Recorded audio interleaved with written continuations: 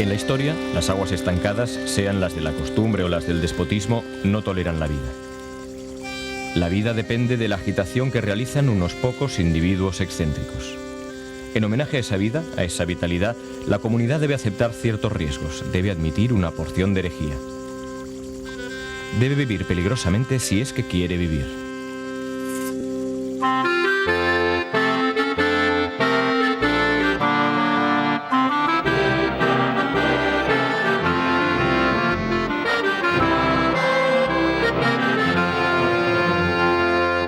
El anarquismo es la libertad, es la puerta abierta hacia el infinito de la libertad y del bienestar de la humanidad.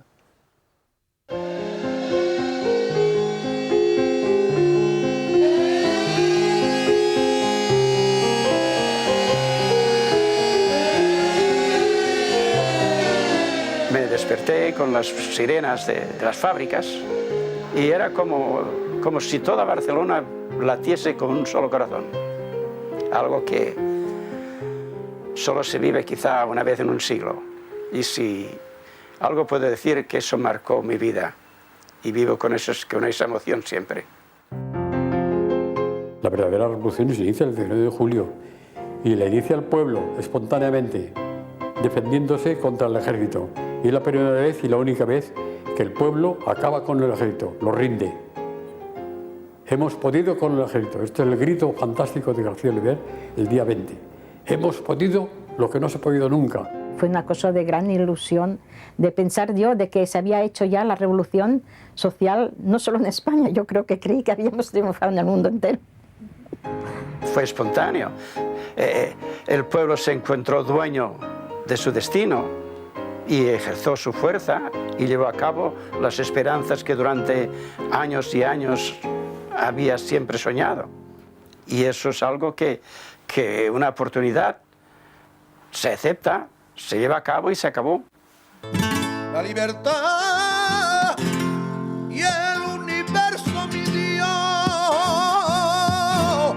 Mi patria es la libertad, mi bandera la razón, mi camino la verdad. Así es como pienso yo.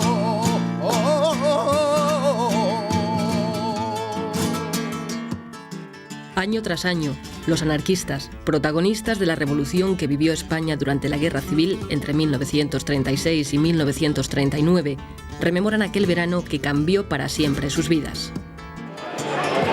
España 36, éramos más jóvenes que ahora. De cuando piensas que un pueblo sin historia no es un pueblo, no es nada, y esto te tira de culos, Hicieron todos los posibles para desprestigiar a la revolución y para borrarla. Hasta hace pocos años no se veía ningún libro que hablase de verdaderamente la revolución.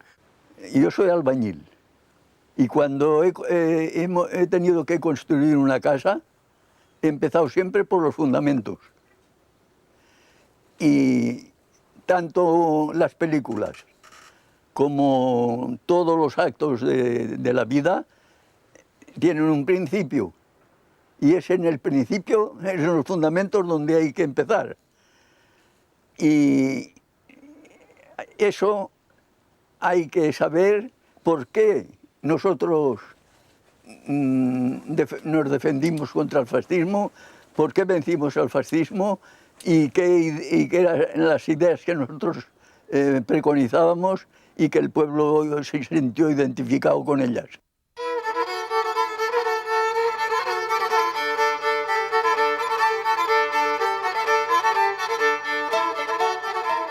La situación de miseria en la que vive gran parte de la población española en 1930 apenas ha mejorado desde que comenzó la revolución industrial un siglo antes. Continúan el analfabetismo y las profundas desigualdades sociales, sin que las autoridades, la Iglesia ni la burguesía pongan remedio. El anarquismo, que aparece como una propuesta del socialismo utópico para luchar contra la injusticia social, ha ido calando a lo largo de 100 años en las clases más desfavorecidas del país.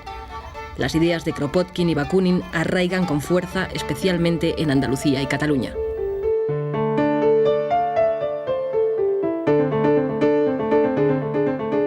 En 1840 nace en Barcelona la primera sociedad obrera y 30 años más tarde, la Organización de los Trabajadores Españoles es ya un ejemplo para el resto de Europa.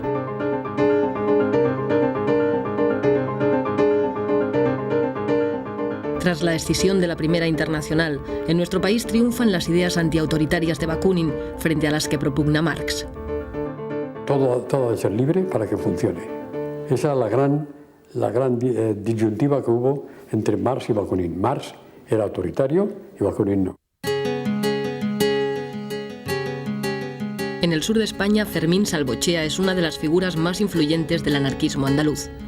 Allí el pueblo está enfrentado a una burguesía propietaria de grandes latifundios improductivos. En virtud de unos cuantos caciques, que son los que manipulaban la política, y los explotadores de grandes extensiones de tierra. Y al trabajador, pues, nos tenían 3 meses, por ejemplo, de trabajo activo. El resto, pues, era casi... no trabajaba, lo que trabajaban muy poco y vivían muy mal.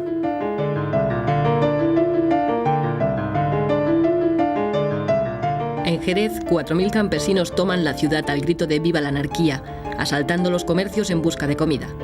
Para acabar con los grupos ácratas cada vez más influyentes en Andalucía, el gobierno inventa una trama llamada la Mano Negra, ejecutando y encarcelando a personas sospechosas de pertenecer a un supuesto grupo en realidad inexistente. Uno de los procesados es Sánchez Rosa, autor de la Gramática, la Aritmética y el Abogado del Obrero, libros que ponen en manos del trabajador los medios para defenderse en las luchas sociales. El enfrentamiento entre patronos y obreros deriva en sangrientos atentados cometidos por anarquistas que actúan de forma individual. Barcelona es conocida en Europa como la Rosa de Fuego, y el castillo de Montjuïc se populariza como escenario de fusilamientos y cárcel política. Numerosos militantes de las sociedades obreras son procesados.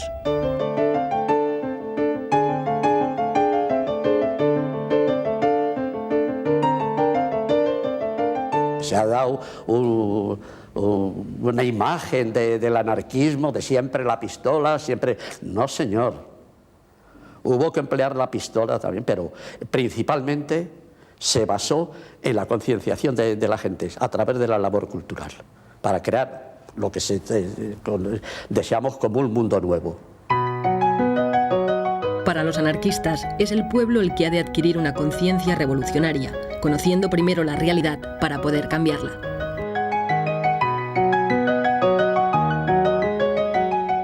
El autodidactismo se explica de esa manera, por afán de saber, pero sin tener medios. Entonces, por eso se explica que haya tantas revistas y tanto folleto en el movimiento libertario español. En todos los pueblos había una revista o se hacía un folleto o se hacía un boletín. Es el prodigio que no se explica casi nadie.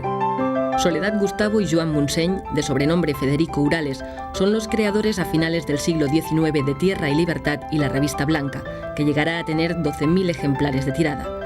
La obra de Proudhon, divulgada por Pi Margall, presidente de la Primera República, introduce en nuestro país el concepto de federalismo, principio que adoptarán en el futuro las organizaciones anarquistas españolas.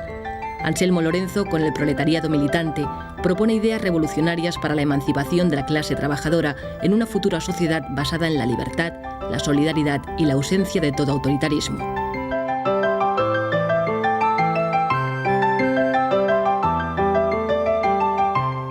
Porque el anarquismo no es una teoría, no es solamente una filosofía, no es solamente un programa de vida, sino una forma de vivir.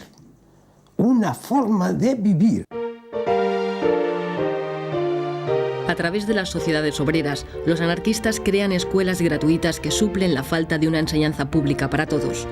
En 1902, Francisco Ferrer Guardia funda la escuela moderna inspirada en el racionalismo. Basa su enseñanza en el respeto físico, intelectual y moral del niño. Francisco Ferrer Guardia reacciona contra el oscurantismo de la enseñanza de los curas y de los frailes. Siendo cartesiano, pues como era Ferrer Guardia, y siendo libertario, quiso hacer de su escuela una forja de enseñanza, sobre todo dirigida a la razón, sobre todo dirigida a la lógica. Entonces, a partir de ahí, pues, se cargaba al capitalismo y a toda la política y a todo el poder, etcétera, etcétera, ¿no? No pararon hasta que mataron a Francisco Ferrer acusándole de actos que no había ni siquiera realizado. En la cosa por la cual se le acusó y en nombre de la cual se fusiló, que fue la insurrección de 1909 en Barcelona, de los soldados de no querer embarcarse al África, donde se les estaban matando, asesinando por el capricho de unos cuantos militares, incluido el rey, eso Ferrer ni estaba ni participó. Fruto de Solidaridad Obrera nace en 1910 en Barcelona la CNT, la Confederación Nacional del Trabajo, con el objetivo de unir al proletariado español en una sola organización anarcosindicalista abierta a toda la clase obrera. Contraria a los partidos políticos, utiliza la huelga, el sabotaje y el boicot como instrumentos de lucha. En 2 décadas la CNT se convertirá en la organización obrera más importante del país y en el movimiento sindicalista más activo y eficaz de la Europa moderna. La CNT es el intento de los obreros de organizarse para conseguir económica y socialmente una sociedad mejor, dentro de la cual a un poco largo plazo está la autogestión, o sea, la capacidad obrera para asumir todas las funciones que ahora tiene el Estado, o sea, sustituir al Estado. La Primera Guerra Mundial provoca en España un enriquecimiento de la burguesía que no repercute en mejoras para la clase trabajadora. Las tensiones aumentan y, como reflejo de la Revolución Rusa, los obreros españoles organizan numerosas huelgas hasta conseguir, por primera vez, la jornada de 8 horas. Había una fundición que despidieron a 4 obreros porque pedían las 8 horas. Y no lo querían dar, y entonces los patrones cerraron las fábricas y lo cerraron todo. Ripoll se tuvo que hacer comida, rancho, en la plaza del ayuntamiento para alimentar al pueblo, porque dura unas 9 semanas. En 1919 la CNT tiene ya más de 700.000 afiliados. Los duros conflictos laborales provocan entre los jóvenes reacciones extremistas y la aparición de grupos de acción como los solidarios. Compañero de Durruti y Ascaso, García Oliver rememorará en 1938, ya como ministro de la República, los años de lucha en que cayeron numerosos militantes anarquistas como Salvador Seguí, el Noi del Sucre. Nuestro grupo anarquista se formó el año 1923. Dueños casi de la ciudad eran las bandas de pistoleros del Sindicato Libre que patrocinaba la patronal. Las hordas policíacas coadyuvaban a la obra de destrucción de nuestras organizaciones y de nuestros hombres. Nos unimos y formamos un grupo anarquista, un grupo de acción para luchar contra los pistoleros, contra la patronal y contra el gobierno. Conseguimos nuestro objetivo. Les vencimos. En 1923, con la dictadura de Primo de Rivera, la CNT es declarada ilegal y muchos anarquistas se exilian, como Ascaso y Durruti, que continúan su labor revolucionaria en América. Empecé haciendo carrera por atajo y vereda muestreza para mí. Y decía mis vecinos que llevaba mal camino, apartado del redil.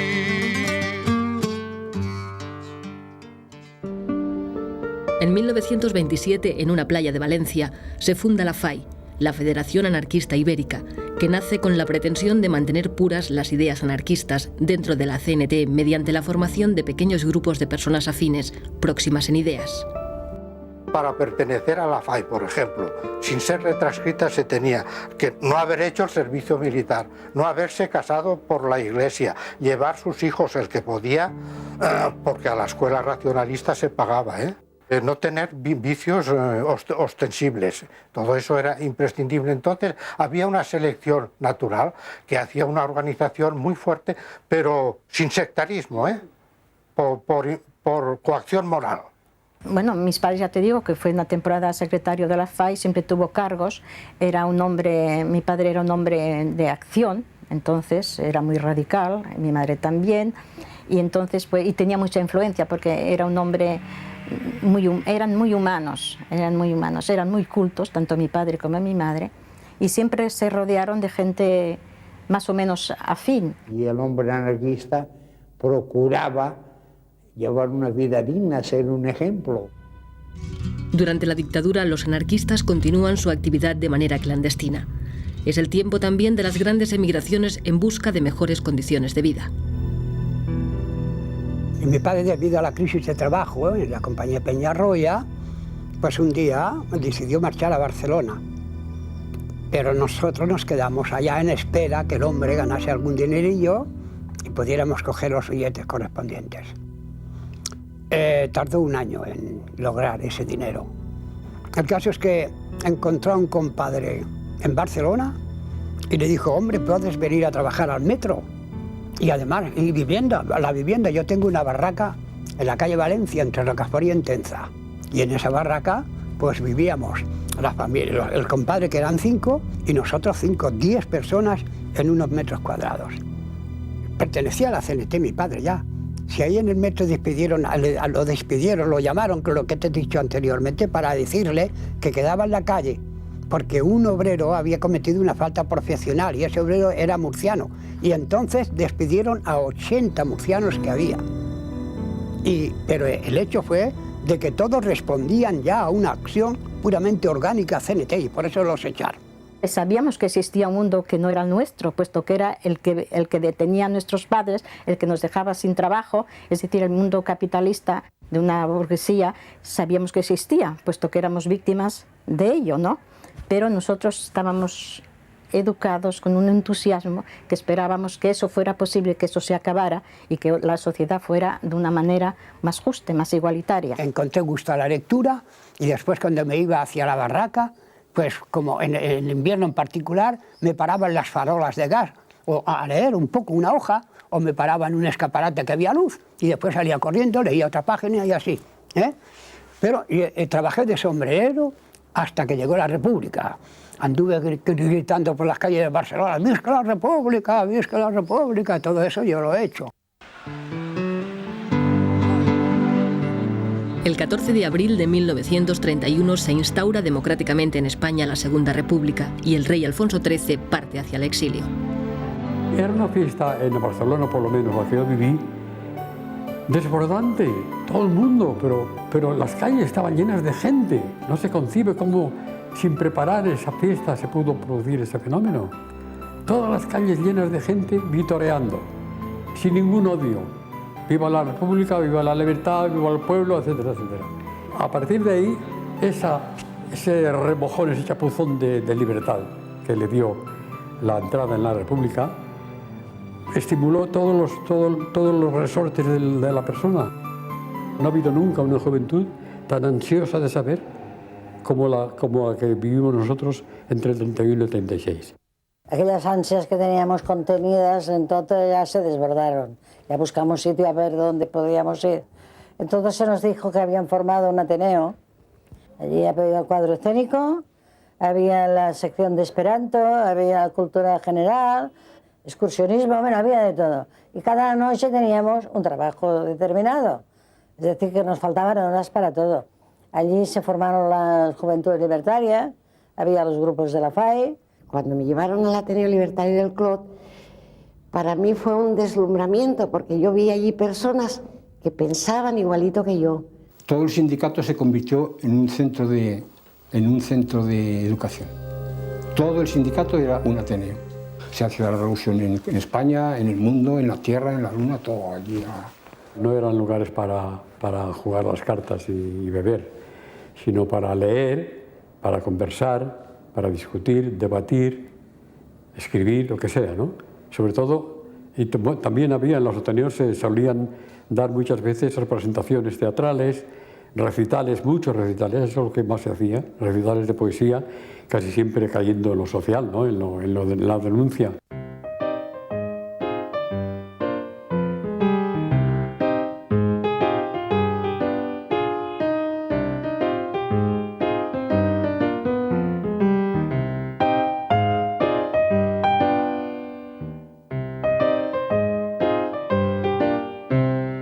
Fue un gran éxito todas las publicaciones anarquistas de España. Llegamos a tener estrictamente del anarquismo más de 70 publicaciones. Cuando se reunían tres anarquistas, coño, se hacía un periódico. Que si El Cantero, que si La Voz de la Tierra. Entonces se inauguraron las paradas en la Rambla, que no se había hecho, que fue un éxito, yo me acuerdo, un entusiasmo. No teníamos manos para vender, no teníamos manos, todo, el aborto legal, las 12 pruebas de la inexistencia de Dios, dinamita cerebral, voceando todos los periódicos y así de gente comprando, porque no nos habían dejado hasta entonces hacerlo. Debía tener 10 años, toda Barcelona voceando Tierra y Libertad. Tierra y Libertad, órgano de la Federación Anarquista Ibérica. Pues eso, fue un núcleo de reunión formidable, donde sobre todo la de prensa, de la gente exponía así sus ideas, y fue un centro de conexión de mucha gente, Tierra y Libertad. Se estaba haciendo una revolución mental extraordinaria. Tierra y Libertad pasó de unos 4.000 ejemplares cuando la cogió mi padre a 20.000 en 1934 y 35. La novela ideal, creada por la familia Urales, padres de Federica Montseny, pretende divulgar las ideas éticas del anarquismo mediante una escritura fácil. La novela ideal hacía una gran labor en la juventud, ¿sabes? Había temas muy interesantes y religiosos también, sobre todo porque la religión en la época en España ha tenido siempre mucho dominio, pues también se buscaban temas en ese sentido, para combatir la religión. Fundada en Alcoy en 1923, Generación Consciente inicia a sus lectores en la sexualidad y la salud. Años más tarde, con el nombre de Estudios, alcanzará los 70.000 ejemplares de tirada. Y esa revista, habían muchas veces artículos que hablaban de estas cosas. Y claro, eso pues a mí pues, me iba llenando, ¿no? A mí me iba... Cuando hay algo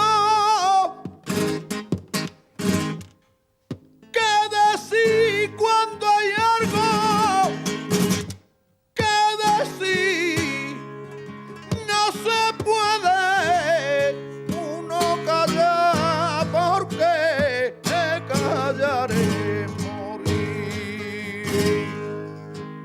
No se puede uno callar, porque callar es morir.